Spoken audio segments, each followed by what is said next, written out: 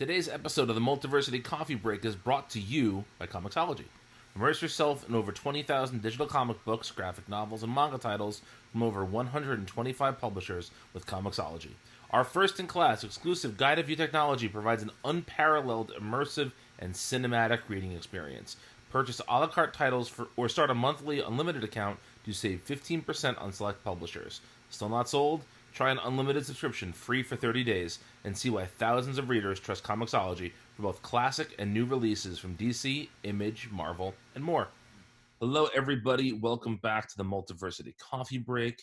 I am Brian. I am the senior editor of Multiversity, and I am joined today by Hunter Gorinson, the publisher of Bad Idea Comics, a company that we've heard a lot about the last, 6 months or so since you guys made the first announcement? Yeah, we announced the company back in February or January, right before Comics Pro. So yeah, that's about right. Okay, and but just yesterday we got the full slate of your launch books, and we did an interview with the team behind The Lot, Renato Guedes and Marguerite Bennett. But tell us about some of the other launch titles, just in case folks didn't see the announcement yesterday. Yeah, for sure. Thanks, Brian. And pleasure to be here, by the way. I'm very excited for our chat today. Oh, so am I. But we've been busy little bees behind the scenes at Bad Idea. We had initially planned to release our first book, ENIAC, back in March, which is a series it's going to be a 4-issue limited series by Matt Kint and Doug Braithwaite, with Diego Rodriguez on colors. Obviously, coronavirus happened, and a little thing called The Button happened, which you've been following. Bad Idea was this supernatural entity that seized control of our publishing plan and prevented us from publishing comics when we wanted to. It happens. It happens. Shit happens, man.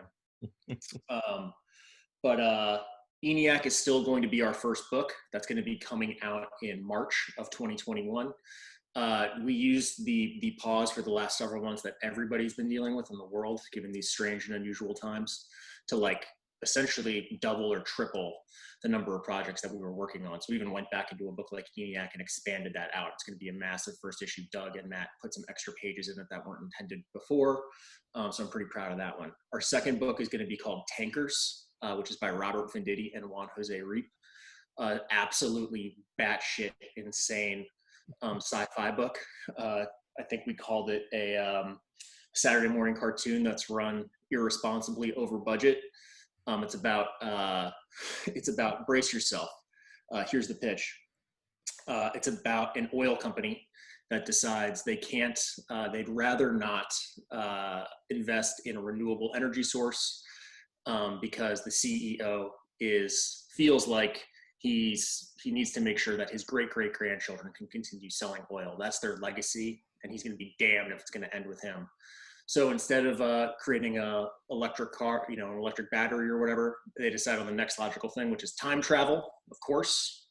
They send a team of 6 badass contractors armed to the teeth in mech suits back to the Cretaceous period, tweak the trajectory of the meteor that killed the dinosaurs, and give Earth, 500 millennia more of oil, just like you do.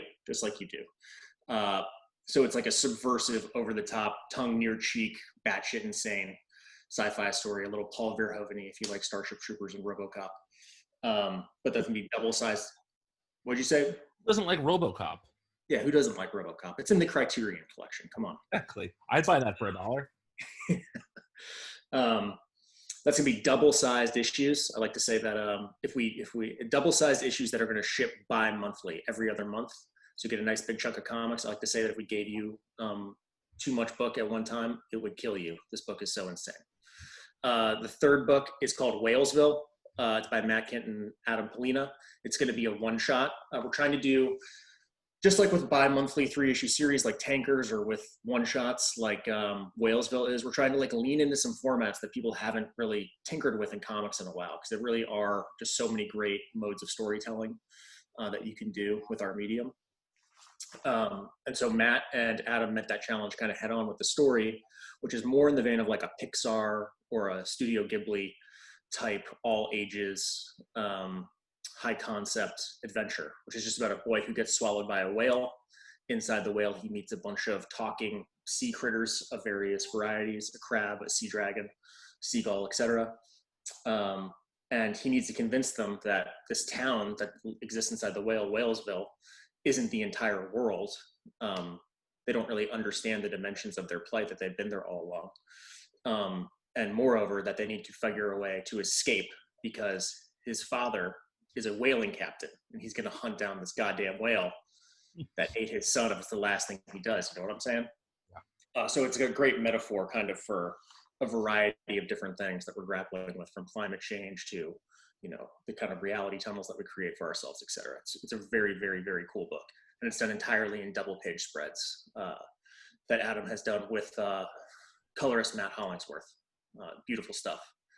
Fourth book is The Lot, which you already mentioned, which is kind of it's a horror story that spins out of a really cool concept that Marguerite Bennett came up with, which is in 1970, this movie studio let a horror auteur cast some real life Satanists in his next masterpiece. And central to that was he was going to let them do a real life ritual on film for full authenticity in the genre. That obviously is a real bad idea, no pun intended. And now, like 50 years later, no one knows what happened to that movie. It's kind of a lost masterpiece. But there's the new head of the studio, a young woman named Aviva Copeland. And she is trying to size up the assets of her studio because it's fallen on some hard times. And she discovers that there's this soundstage that's been boarded up for 50 years and is like going to be damned if they don't open that bad boy up and start shooting there again. And she's about to find out that it's a very, very haunted place because of the ritual that was enacted there. So it's kind of like a Hollywood meets haunted house story. A lot of fun. And the final one is one that I'm very much looking forward to and is guaranteed to offend at least a few people, which is Sleigh Bells by Zeb Wells, who's currently writing Hellions over at Marvel, and David LaFuente, who's an absolutely insane, marvelously talented artist. Worked with us at Valiant previously on Archer and Armstrong. I'm sure you've seen his stuff on Batgirl, etc. Ultimate Spider-Man, of course. But that's essentially Rambo First Blood, but with Santa Claus. Santa Claus driven revenge story after a hunter and his small son accidentally kill Rudolph and several other of the reindeer. He decides to put down the sack, pick up the gun. You know what I'm saying? I could do Christmas puns like this all day. Well, it's a super interesting lineup. It's going to be a lot of fun. We do have our Twitch channel is open for questions. We have a couple of bad idea questions for you here. Oh, really? Cool. Yeah. The first one is, how did you select the shops to be bad idea shops? And for those that don't know, there is a limited number of stores that are going to be selling bad idea comics. You're not doing trades. You're not doing digital. You're just doing in-person orders, or I guess mail orders from these stores. So how did those stores become the bad idea stores? A lot of them came to us. So it's a curated list to some extent, but all that you need to do to participate to be a bad idea store is to agree to a rather egregious list of rules that we have shared with retailers that include a bunch of things that kind of delineate, because we're operating outside of the diamond system. We're going to be self-distributing these books. You're looking at one of our central warehouses right here. This is where this is where the Hero Trade came from. But they just need to agree to the list of rules. We signed up a bunch of retailers at Comics Pro who we had individual one-on-one chats with. But anyone who's interested in getting their retailer on board, all they need to do is email us at hello@badideacorp.com. And then Adam Freeman, who's our head of sales and is an Eisner Award-winning retailer himself, will get in touch and they'll have the chat. And if the stores think that bad idea is a good idea for them, we'll see if we can come to terms. Someone just asked if there are plans at some point to do things like digital and trade. But if either way, what went into the decision to not go the digital and trades route? Because it seems like, and I don't think this is me breaking any news here. It seems like the industry is going more digital and larger trades. So what made you guys decide to go against that? And would you ever change course on that? We had a philosophy from the beginning about, there was two complementary thoughts. One of which was, with something like Bad Idea, where we're building something from the ground up, we're essentially it's almost like a band. right? And when you start a band, not everyone plays different kinds of music. You kind of give yourself limitations, right, about what you're doing, and it kind of like helps you define your sounds. It's kind of a weird metaphor, but let's go with it.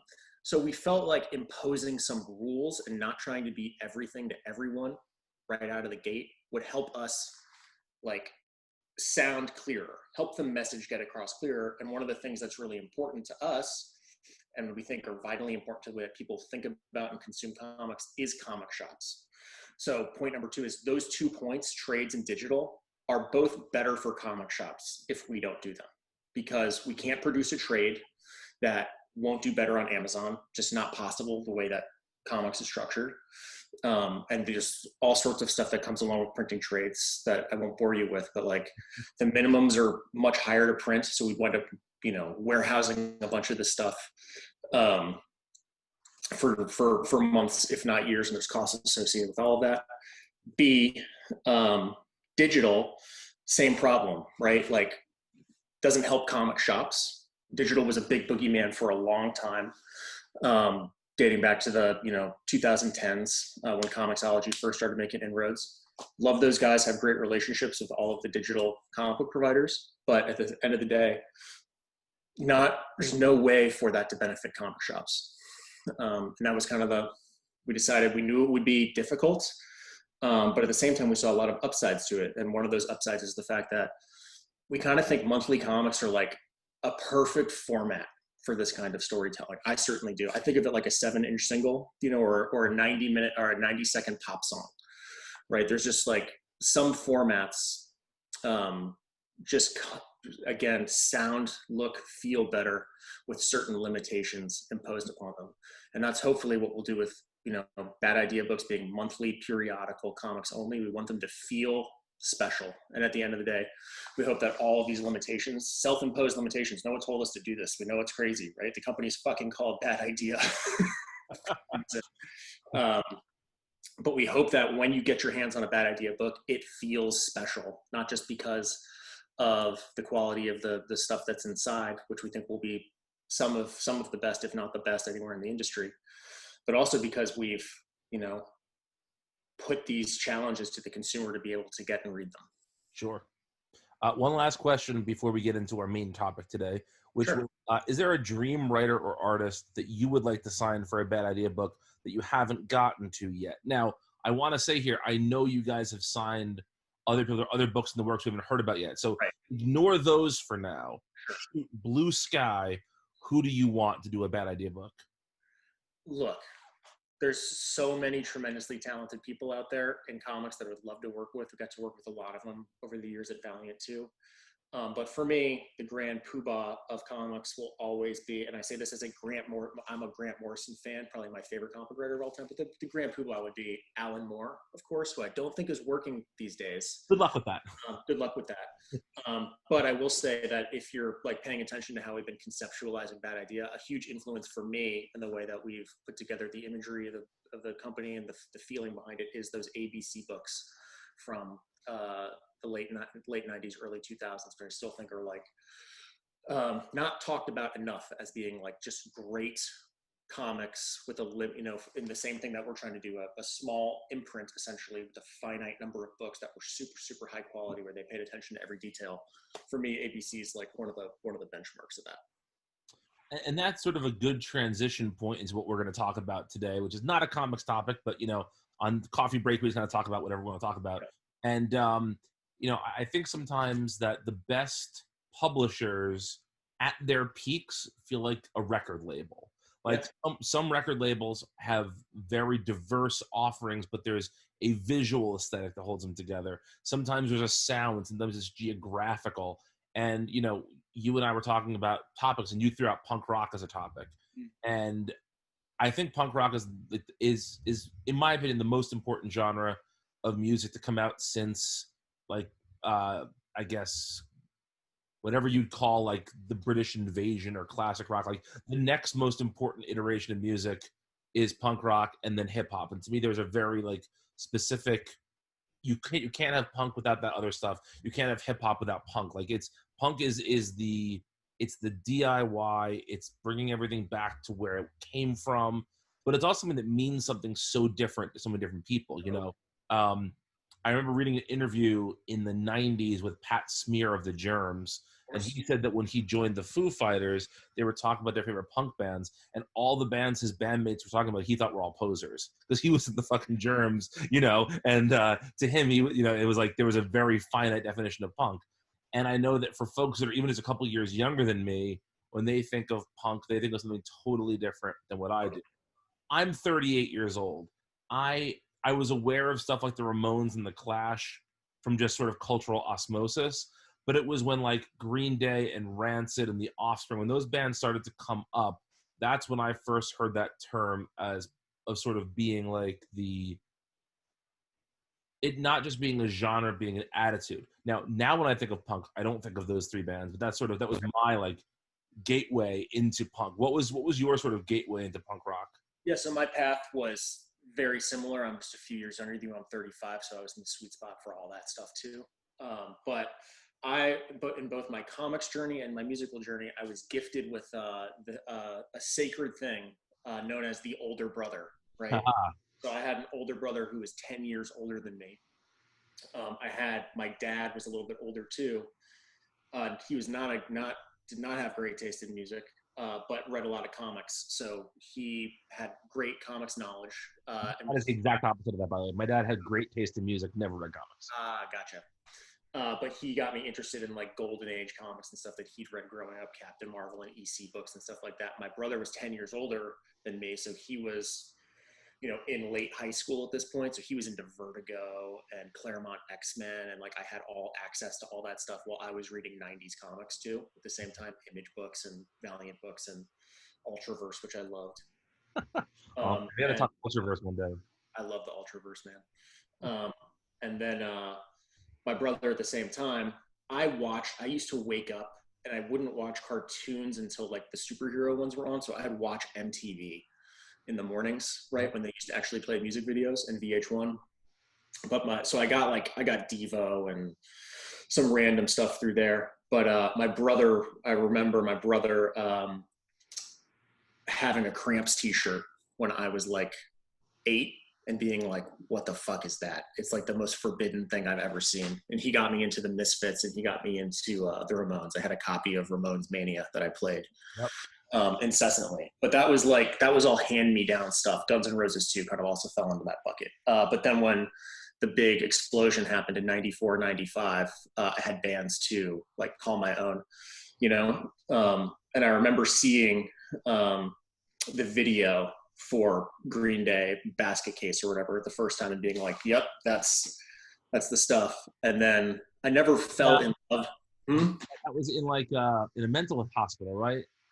They rolled Trey Cool out in the wheelchair behind the drum kit. Yeah, okay. And I kind of instantly realized, without even knowing the terminology, that was a direct continuation of the stuff that I was listening to, right, already.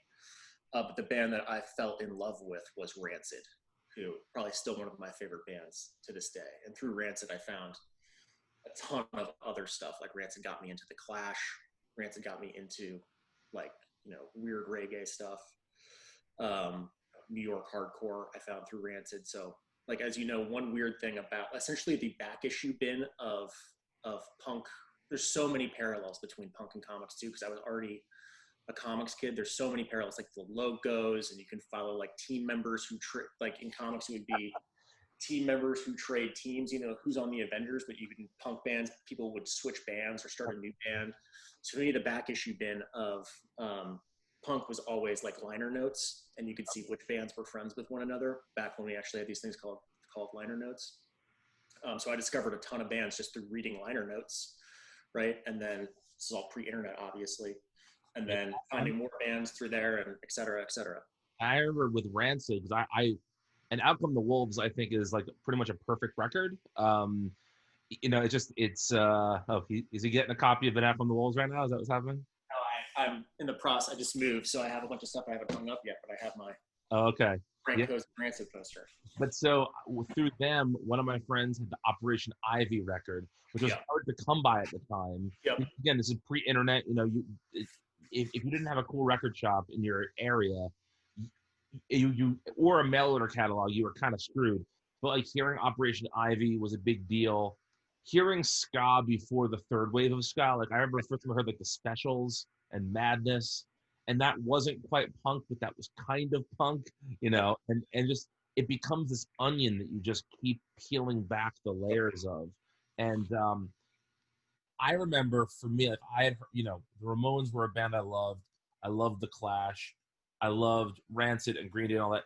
But for me, the band that blew my mind in terms of what punk could be was when I heard that Talking Heads was considered punk. Because like, wait a minute, Talking Heads sounds nothing like these other bands. Right. How does that fit in? And then you learn about CBGBs, and you learn about that it was Blondie and Patti Smith and the Damned would come through, and all these bands that don't sound to me traditionally like punk bands, but all fit under that umbrella. And that's when I really fell in love. Just this idea of like, D. Boon from the Minutemen famously said, "Punk rock is what we did, what we made it." Like Totally. whatever you decide is punk rock is punk rock. So like, let's start with sort of early punk. Like, what's your favorite of those like first wave bands? Um, there's so many. So like the Clash are obviously like one of the best bands of all time, right? The only band that matters, as they famously said. But they kind of transcend the genre, in my opinion. They're like a rock and roll Hall of Fame level band. I love a lot of those obscure bands from that time, especially British stuff, like Cocksparrer and the Stiff Little Fingers. Um, those are both bands I love. I love some of that like weird oi stuff from that time. Um, and I'm now in the point where I'm like tracking down just weird 7-inch singles and stuff that I saw like ads for in old zines just to pick up, random stuff from that time period. One person who I've recently really fallen in love with as an artist from that period, who also, like the Talking Heads, isn't typically classified as punk, but is clearly like, now with the knowledge that I have of comparison just sonically to other bands, a huge influence is John Cale, who as like the guitarist from the Velvet Underground, and obviously had a whole influence on the genre, but his solo work from like the mid 70s. Paris 1919, is that the name of the record? Yeah, he has an album called Fear, if you've never heard it, which is to me like one of the best fucking albums of all time. And it's clear that in hindsight now, it's like one of those missing link albums where you see how a bunch of people heard that and then were just deeply influenced by it. It's how you get from stuff like 70s punk to Britpop in the 90s, how you get to a band like Pulp. It's like the missing link between those two things. Yeah. It's phenomenal. I'm a big fan of some of the like just before punks. I love the Modern Lovers. Of course, yeah. Love the Stooges. Jonathan Richman is like one of my heroes because he just keeps changing. He keeps doing interesting, weird stuff that doesn't seem to make any sense. And then 3 albums later, you realize how brilliant it was. He's the best. I love all that stuff. It wasn't until I was in my 30s that I really gave a strong listen to some of like the LA punk stuff, like the Germs and Black Flag and Minutemen.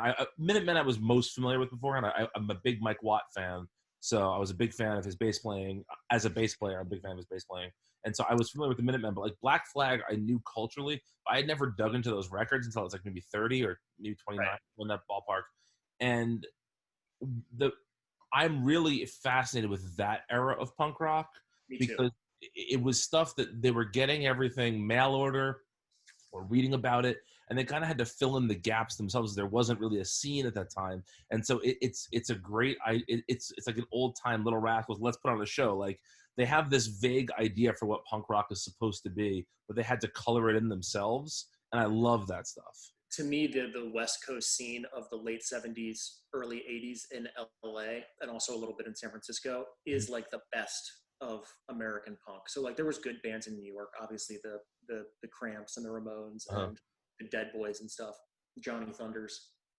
But that first crop of bands from Los Angeles to me is just like untouchable. So like X, I think, is one of the greatest bands of all time.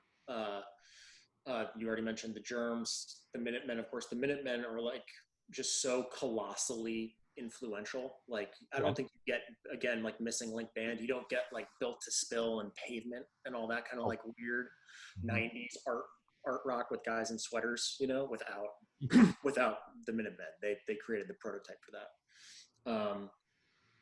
There's a band I'm not sure you're familiar with called the Screamers, who never recorded anything except like a handful of demos. Okay. That, you can find some of their live performances online. They're like all synth band. They have a song Okay. called 122 Hours of Fear, which is like one of the best punk songs of all time. Text me that later. Yeah, I for sure will. And then Black Flag, like I I too, like every kid that went to a punk record store or had a t-shirt catalog in the 90s, was familiar with Black Flag, and I picked up like one of their later records. I think it was My War when I was a kid, and I didn't care for it because it was like, It's a tough discography to get into in a lot of ways. yeah. And then again, like when I was in my 20s, I got that collection of the first singles that they put out, and that's the good shit, right? Especially before Henry Rollins was singing. Like, Henry Rollins, great vocalist, and all that stuff was way above my head as a 13-year-old. Right. But Right. the Keith Morris stuff, like, he's my favorite frontman of Black Flag. And like the first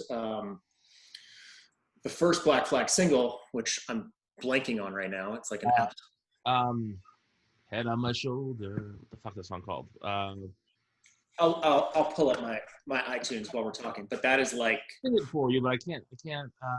one of the If you want to say Communication Breakdown, it's a Led Zeppelin song. That's the opposite of this. The fuck is it called? Oh my god. We are failing our punk rock cred right now. knowledge here. Yeah. Nervous Breakdown. Breakdown. I got breakdown part right. Okay. Yeah, is like just one of the greatest songs in the history of like American rock music. Now, were you lucky enough? Did you see when the band was touring called Flag? No, I didn't see them. I'm a parent of two small children now, so I have not actually been to a concert. And Hey. yeah, I know you have the thing But too. but Flag was Keith Morris, Chuck Dukowski, Bill Stevenson, Des Cadena, and Keith Morris, right? Keith Morris. But I think there was one more.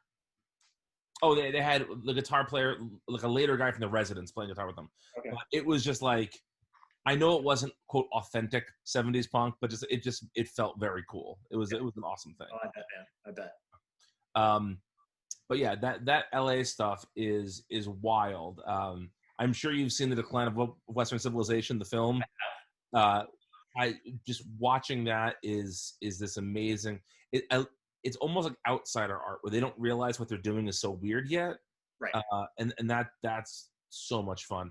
But then, like, I find that the next most interesting scene to me is the DC scene that kind of springs out of that, the In Mackay Discord Records period, because that's all just like, to me, that is the ultimate manifestation of, we're gonna make punk our thing. This has nothing to do with anybody else. No disrespect to them, but this is what we see punk rock as.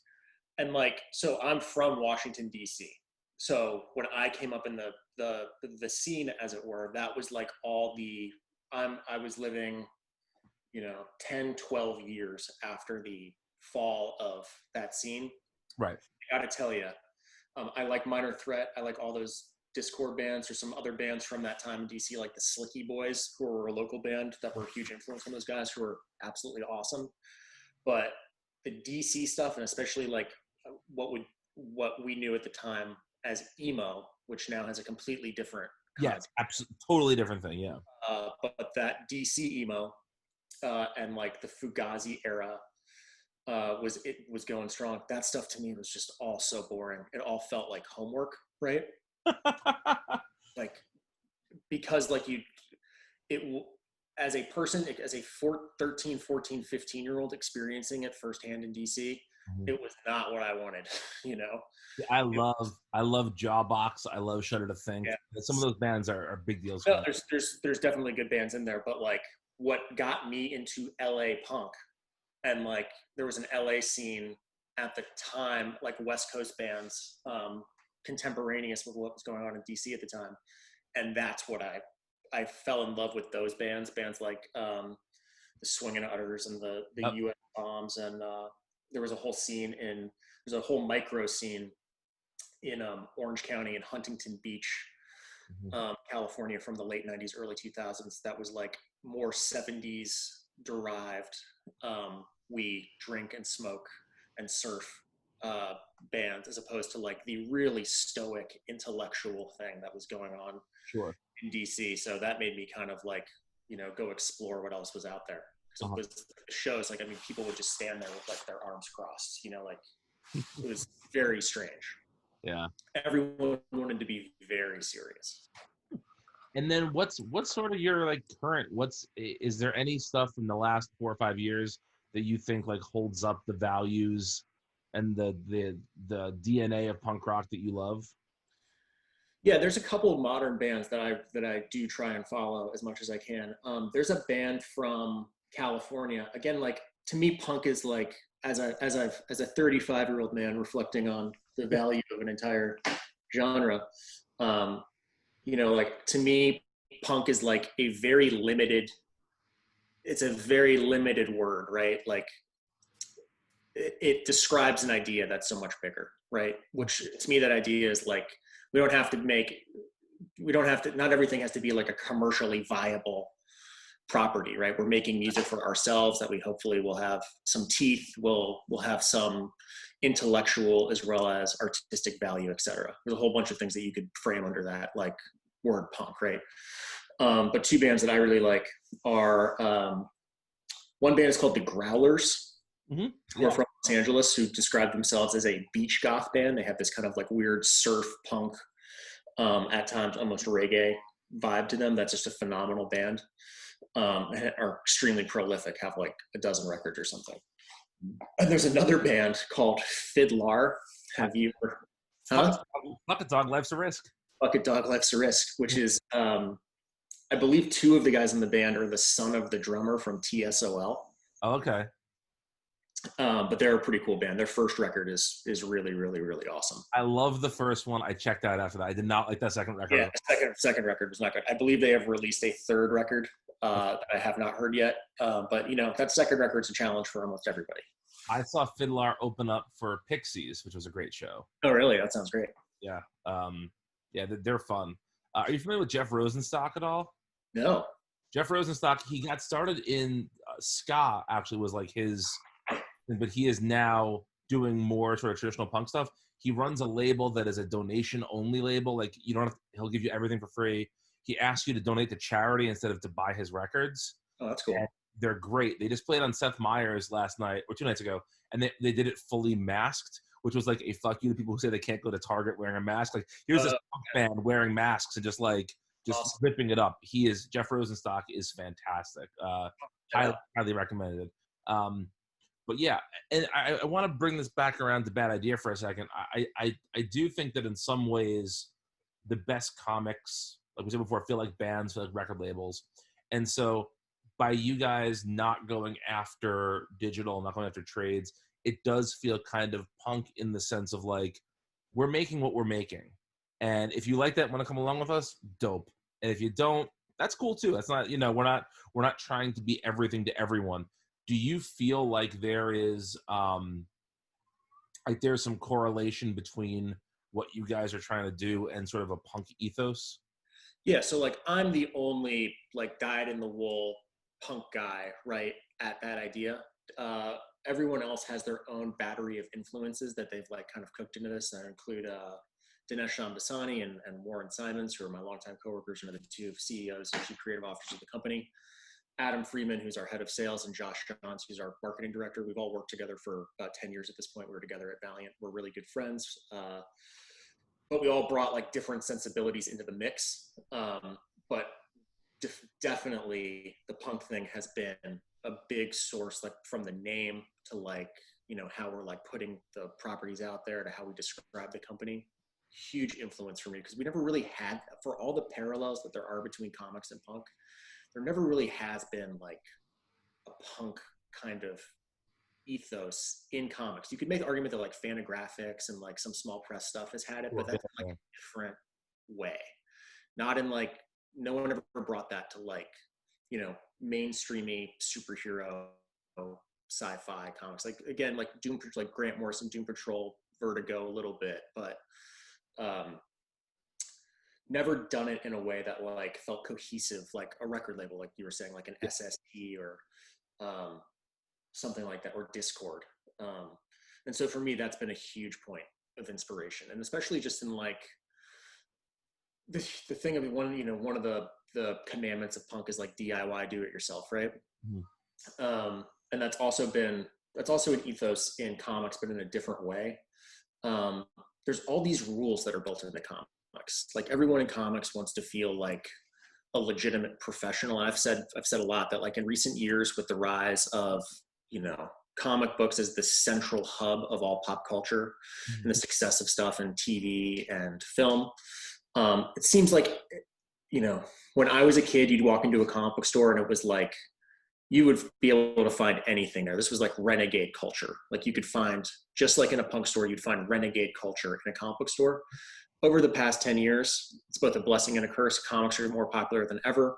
They make a ton of money for film studios and TV networks, et cetera. Every creator out there has a variety of deals in the works to have their work adapted, and that's all great.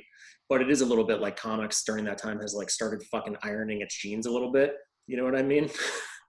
Like lost a lot of the rough edges. Yeah. And that's stuff to me that made comics fun, and it made you like want to track down books, and it made you want to put the pieces together. So that's a huge influence on Bad Idea, is try to just bring some of that renegade energy back to the medium, where it was like, if you were working in comics, you know, for 30 years ago, you were a renegade. And I think that there's some value in that. I think that you guys focusing on stores will help that as well. I remember being a kid and going into the comic store, and the guys that were working there, like some of them were straight as an arrow, just like looked like someone's dad. But there were other guys who just looked like they were in a band, or they just woke up in the back room and rolled out and started working there, or it looks like they maybe had been in some trouble in their lives. Like it was a motley crew of people. I mean that in the best possible way. I learned about cool bands and cool movies and all that from hanging out in comic shops. You know, I think that a good comic shop can lead you not just into other good comics, but into just, you know, what music they're playing in the store, what they're showing on the TV screen in the store. There's lots of stuff that can expose you to greater culture. And I think that by inviting people back into comic shops, hopefully you're inviting some of that as well. Yeah, and I mean, like you hear, I will always, no matter what else I do in my life, I'll always consider myself to be like a dyed-in-the-wool comics person. Like I plan on having no matter what else I do in my life, I plan on having at least one foot in the world of comics. It took, you know, breaking into comics is fucking hard. We did it, you know, I've been here for about 10, 12 years at this point. Absolutely love the medium, still my number one hobby, et cetera. Number one thing that I think, storytelling form that I think has value. But over the past 10 years, every time as I've worked my way through the different levels of the industry, and you see what other companies go through as they get corporatized and they deal with major corporations, or try and work themselves into a position where they're able to, where they're positioning themselves for film and TV, et cetera. The first thing you hear from people who think they know better about our quote unquote rinky dink little industry, who are professionals in the entertainment industry, is like, this shit doesn't make any sense. Why are this, who cares about Diamond Comics? Who cares about the stores? Like, this is all dumb. I'm a real professional. I can come in here and fix it. And I have news for all those people, which is no, you fucking can't. Comic book stores are without comic book stores, there is no mechanism to dispense comics anywhere in the world, let alone in the United States. Like, they are such a vital part of what we do, and they've had so much impact. It's not a traditional retailer, publisher or vendor relationship. They're like, we're married at the hip, and marriages aren't always perfect, but I mean, you got to love the other person, right? And I think the thing I can say for certain is everybody at Bad Idea loves comic book stores. I don't think we'd ever imagine a way of publishing comics that didn't intimately involve them. Mm-hmm. That's really cool.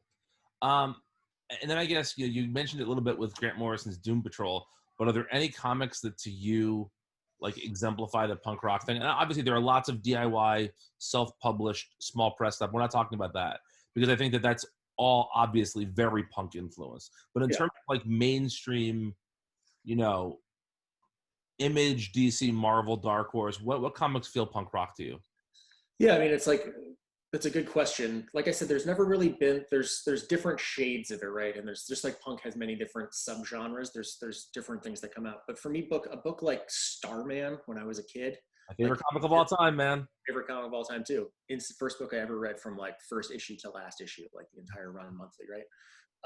To me, that book, like when I was reading that, I couldn't, if you asked me to like diagram it, I couldn't tell you why that's like a punk comic, but there was something about the character of Jack Knight and Tony Harris's art style. And like, you know, it took place in this weird Baltimore analog outside of the mainstream of the DCU, et cetera. That all felt very punk to me. And then you have more obvious things like, you know, Tim Vigil's Faust or whatever, which I'm sure he wouldn't say. I'm not sure how much of a punk that guy is, but the comic certainly is. And then even up to today, stuff like Michelle Fife's Copra. Like I would say Copra is a punk as fuck comic. I don't know. Yeah. I don't know if Fife's into that stuff at all, but that's what that book feels like to me. It's a big influence on what we're doing at Bad Idea too, because I love that book.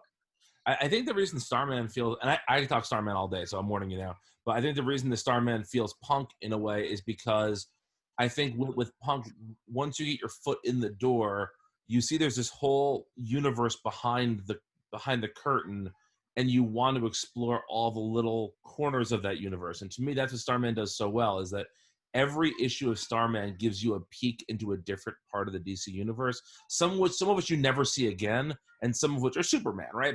But there's always it wears its community and its influences on its sleeve in a way that I think a lot of punk bands do.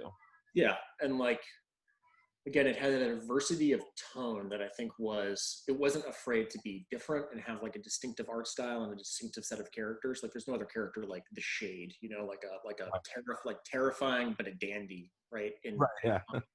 Or where they would do like you know, Robinson kind of calling his shots and being like, every year we're going to do one of those times past issues or the Talking with David issues. Yeah. And there's one issue that's probably like my favorite issue of comics ever, if you like had to put a gun to my head, which is the Hawaiian shirt issue. That's just like that one-off one about the guy who painted the Hawaiian shirt painter who just painted the perfect Hawaiian shirt and disappeared into it. Yep. It's like some weird surrealist Howard Devoto shit from, you know, from the 70s. Like that's some weird stuff. You're not getting that anywhere else in culture. You know what I mean? I also think there's a sincerity to Starman that is maybe people wouldn't necessarily. To me, there's a lot of punk that is snarl, and there's a lot of punk that is ironic. But to me, it's all about community and all about love for the people around you. And I feel like Starman, there's the issue that some have called like maudlin or cheesy. I don't think it is at all. The Christmas issue where the homeless Santa guy is robbed and Jack brings him to Christmas dinner. And like that sounds wholesome as shit, and it is. But it's also just about like he's a part of Opal City, and we're a part of Opal City, and you lift up the people that you're around. And to me, that is such a punk ethos. Yeah, and there's thing that often gets discounted about punk. It's one of the things that gets like lumped in as a cliche, right? Which is like the over the top political nature of like anarchy in the UK and right. yada is like using the art form to affect some sort of change, if not in society, at least in the person who's listening to it, like a sincerity of intent, which is kind of, again, missing everywhere else in our culture except for a few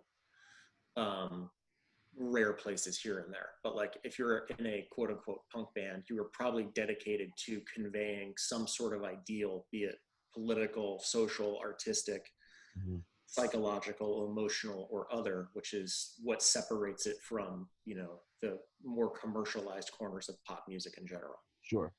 Yeah, absolutely. Well, man, we're just about out of time. So I know we have a little bit of time before ENIAC comes out. If folks want to catch up with you with Bad Idea, what do you suggest they do in the meantime? Yeah, follow us on social media. We're on Facebook, Twitter, Instagram. You can follow me at Gorinson. on Twitter. I'm on there pretty regularly. I'm trying to be a more social media butterfly these days, given how important that stuff is. If anyone ever has a question for me about Bad Idea or for anyone else, you can find myself and my colleagues on there pretty easily. Don't be shy. We'll answer any questions you have. And you can check out more about our books at badideacorp.com. And I'm trying to think of how to say this in a way that's not giving too much away. People should stay tuned to Multiversity in coming months, because you and I have a Bad Idea project we're going to be doing at Multiversity. It should be a lot of fun. Yeah, we're going to do something, I think, that for the first time that like no one has ever done with like a new comic book publisher. So I think people have a lot to be excited about. I'm very excited about it. Yeah, it should be a lot of fun. So don't leave. I'm signing off at Twitch, but I'm not signing off with you just yet. Thanks for watching, folks, and we'll be back next week with another coffee break. So thank you all so much. Thank you so much. Thanks for the questions too. Yeah, of course. Take care, guys. Bye-bye.